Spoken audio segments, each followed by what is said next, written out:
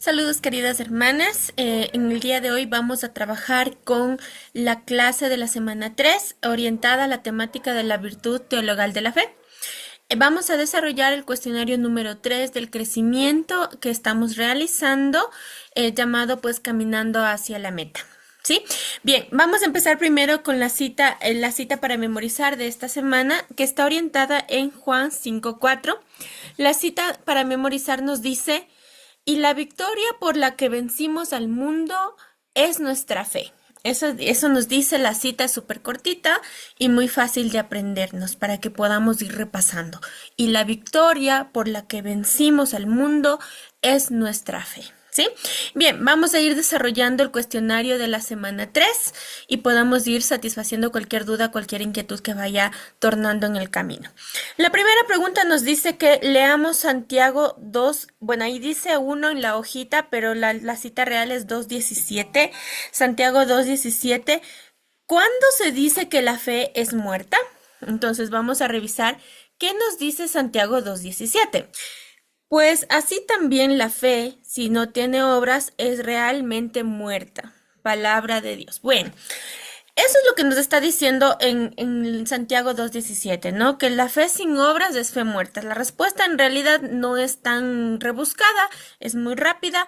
Santiago 2:17 nos dice que la fe está muerta cuando no hay obras. Entonces realmente puedo yo decir que creo en Dios, que lo amo, que hago las cosas según la voluntad, pero en realidad si no hay obras justificadas, si no hay obras que se vean, pues en realidad no estoy hablando de una fe total, porque si no hay obras, la fe está muerta. ¿Sí? Bien, la pregunta dentro de este mismo párrafo nos dice: lee Gálatas 5:6. ¿Qué es lo que tiene valor en Cristo Jesús? Entonces vamos a leer Gálatas 5:6 y nos dice: porque si pertenecemos a Cristo Jesús, ni la circuncisión ni la incircuncisión tienen eficacia, sino la fe que actúa por la caridad. Palabra de Dios. Bien, entonces en este aspecto nos está diciendo algo realmente rápido, muy clarito también. La respuesta nos diría que el valor que tiene, ¿qué valor tiene en Cristo Jesús? Pues es la fe. La fe que actúa por la caridad, nos dice. Entonces ya hemos visto también un poco acerca de la caridad en otros encuentros. Hemos visto sobre la fe justamente que es desarrollada a través del amor. Sí, entonces no hay mucho que darle vueltas en esta pregunta. Está muy clara la respuesta. La fe que actúa por la caridad sería la respuesta. La siguiente pregunta nos dice: ¿por qué la fe inicial se llama fe encuentro?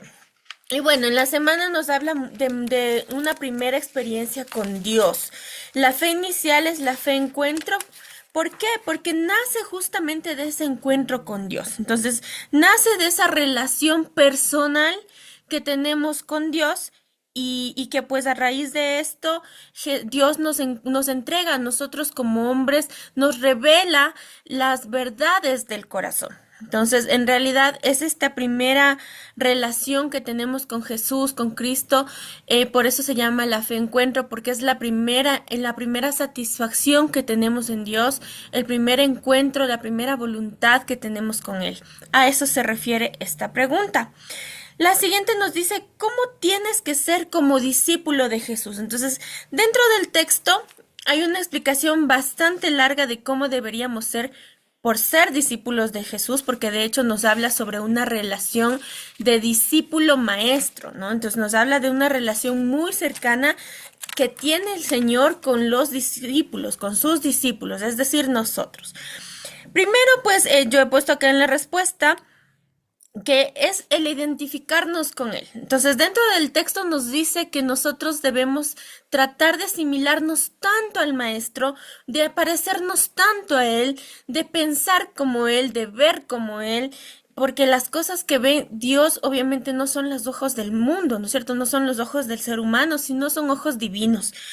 Es vivir conforme la fe, practicando el bien, oír y entender el llamado de Dios a la fe y al cumplimiento de la fe. Entonces es lo que yo he puesto y he podido resumir un poco del libro. Nos dice que debemos dejar de lado la soberbia porque dice que algo que contrapone totalmente a ese llamado, a esa relación con Dios de ser soberbios y que es algo muy cercano, y es muy tendiente a que nosotros como seres humanos desarrollemos dentro del proceso de conocimiento y acercamiento al maestro. También nos dice que debemos tener una actitud de acogida sumisa a las enseñanzas del maestro. No resistirnos a lo que nos quiere enseñar, a lo que nos quiere mostrar. Siempre hemos puesto esta imagen de que es como cuando uno va al doctor, ¿no es cierto? Se va uno enfermo y el doctor le dice, a ver, cuénteme cuáles son sus síntomas y nosotros le empezamos a contar los síntomas, pero a veces tenemos esa idea quizás de parecer doctores y decirle, bueno, doctor, yo quisiera que usted me revise porque yo pienso que tengo esta enfermedad, porque tengo estos antecedentes, pero debo tener esta enfermedad y estas son las recetas que usted me tiene que dar. Es decir, estamos opinando por un profesional cuando realmente no tenemos ese conocimiento, ¿cierto? Entonces, esto se viene como a asimilar igual, que nosotros queremos que Dios nos escuche y queremos acercarnos a Dios, pero con nuestra conveniencia, con nuestras condiciones, y no somos sumisos a lo que Él quiere. O sea, a veces le recriminamos mucho a Dios y le decimos, pero ¿cómo así? ¿Y por qué? ¿Por qué allá? No, es que yo no quiero. ¿Por qué me mandas esto? Entonces, no ponemos en realidad esa entrega total en hacer lo que Él quiere, sino que siempre estamos como refunfuñando, siempre estamos como debatiendo, como que el por qué, para qué, como así, no quiero, ¿no es cierto? A veces no queremos hacer las cosas que Dios nos encarga. Entonces, nos habla que para ser discípulos tenemos que ser sumisos a las enseñanzas del maestro. De igual manera nos dice que debemos tener una relación total y permanente de sumisión incondicional. Entonces, no es cuando yo quiera, no es cuando yo pueda, no es cuando yo le digo, bueno, si es que tengo tiempo, pues bueno, yo hago lo que me estás pidiendo. Ahí no podemos recordar mucho a nuestros padres de la fe, que como Abraham, como Moisés, ¿no es cierto?, que han ido haciendo la voluntad de Dios en el transcurso de su caminar y no fueron cosas fáciles, fueron cosas muy duras, muy difíciles a las que tuvieron que enfrentarse. Incluso, pues, hablemos de que hablemos de la entrega o el sacrificio que le pidió Dios para que entregara a Isaac, su único hijo, en sacrificio, ¿no es cierto? Entonces, son cositas que de pronto nosotros como personas, como seres humanos diríamos, no, ¿cómo voy a hacer eso? Pero nuestros padres de la fe lo hicieron sin recriminar. Claro que les dolió y les dolió mucho. Tenían miedo también.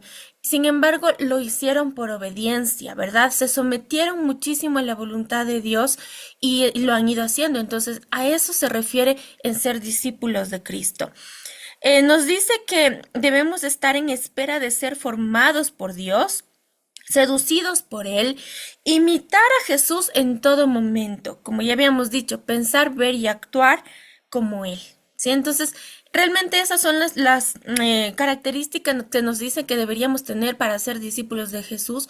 Tendríamos que ser así, pero yo dentro de todo lo que se habla recalco el ser sometidos a Dios, sumisos a Dios, confiar 100% en Él, dejarnos seducir por Dios para que podamos confiar 100% en Él y hacer la voluntad de Dios sin recriminar, hacer la voluntad de Dios sin ponernos a pensar en que será bueno o será malo, porque Dios no va a querer jamás cosas malas para sus hijos. Todo lo que Él hace lo hace porque nos ama, ¿no es cierto? Entonces, si nosotros entregamos una sumisión total al Señor y nos alineamos a su forma de ver, de pensar, de actuar, nos identificamos 100% con Él, realmente vamos a ser discípulos en verdad. La siguiente pregunta nos dice, enumera las 4 cosas que hay que considerar en la fe. Dentro de ello, pues nos hacía en el libro una similitud sobre un órgano real que es nuestro ojo y a través de nuestros ojos podemos ver, ¿no es cierto? Nos hablaba que similar a eso es también en la fe. Entonces nos decía que el primero es el órgano de la fe, de la visión de la fe, el órgano de la fe, que es la semilla que se recibe en el bautismo. Entonces, primero, eso lo tenemos todos. Los que hemos sido ya pues bautizados bajo la gracia de Dios, ya tenemos esa semilla del bautismo, ya tenemos esa semilla inicial para poder amar a Dios, creer y creerlo y confiarlo en la fe. Son a través de los ojos de la fe, nos dice el libro, ¿no es cierto? Entonces ya tenemos la parte inicial de todo.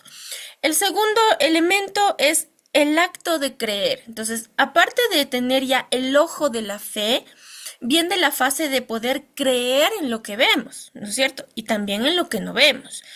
Con el ojo de la fe se da el acto de creer relacionando con la inteligencia para comprender, dice. Entonces dice que allí ya nosotros debemos ir analizando lo que tenemos en nuestra vista, lo que va sucediendo en el día a día, lo que vamos teniendo en el caminar, y lo vamos relacionando con nuestra inteligencia para poder entender lo que está pasando, para poder comprender, ¿no es cierto? Por eso es que nos dice que este acto de creer se da cuando ya tenemos una capacidad de raciocinio por lo menos básico. Por eso es que de pronto los niños tienen también edades determinadas para hacer los sacramentos, ¿no es cierto? No se le hace a un niño de 3 años una primera comunión, por ejemplo.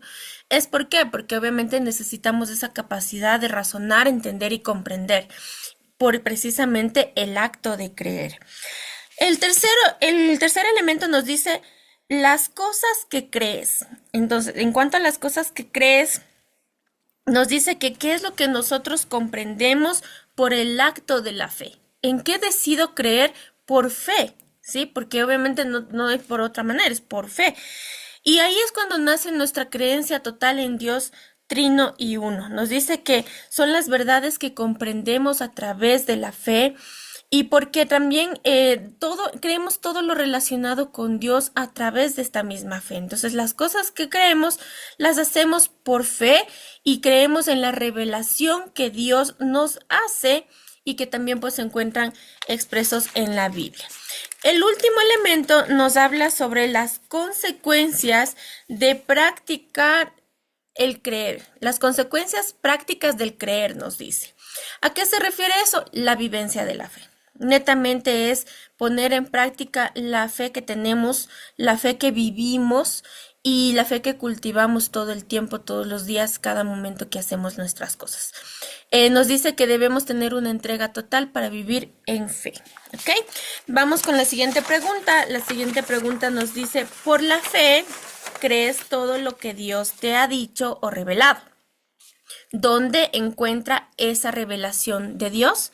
¿Dónde encontramos? Lo más lógico es en la palabra de Dios, ahí están todas las revelaciones de Dios y obviamente a través de la apertura de nuestro espíritu hacia un nuevo horizonte. Nos dice también en el libro que posiblemente las cosas que vivimos no han cambiado, seguimos viviendo las mismas situaciones, pero la forma en como nosotros miramos las cosas por acto de fe cambian totalmente. Ya no miramos las cosas de la misma manera que mirábamos antes de gozar de la fe de Dios. Entonces, nos dice que a eso se refiere, ¿no? Que ¿dónde estamos primero? En la Biblia, en la palabra, la lectura diaria.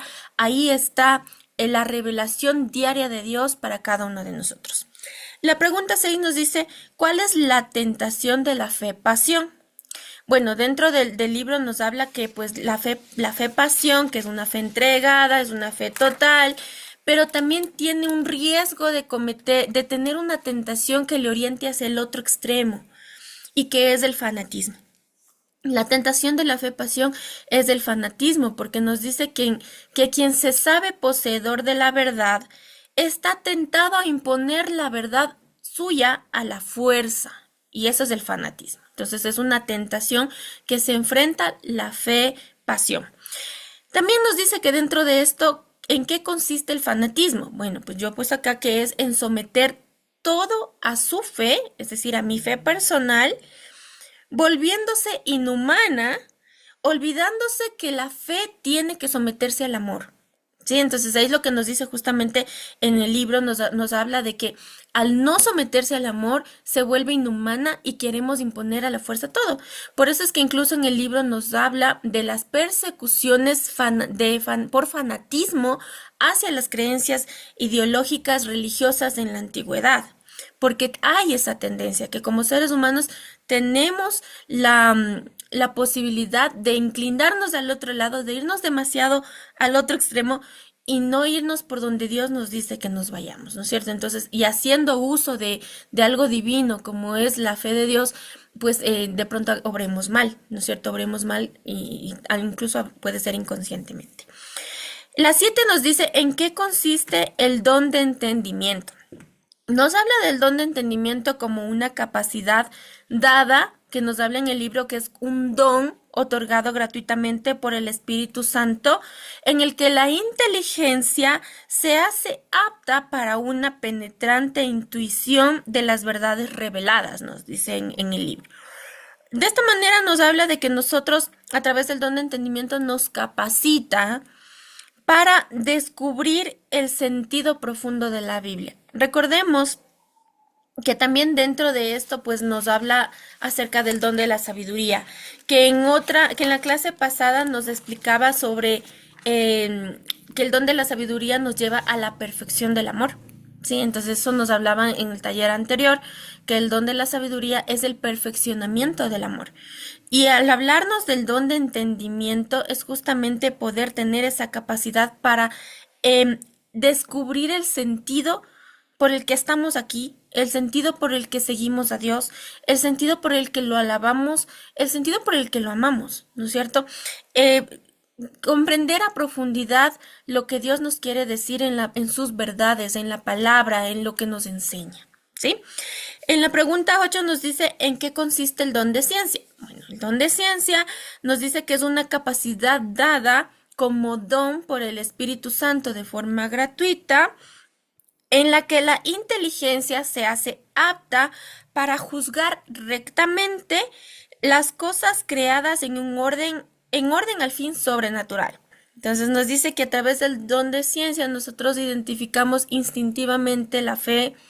Primero, a través del don de ciencia, pues aceptamos justamente que la fe, por nuestra fe, todos los dogmas que nos presenta la palabra, que nos presenta la Biblia, ¿no es cierto? Es lo que nos dice el libro que estamos leyendo.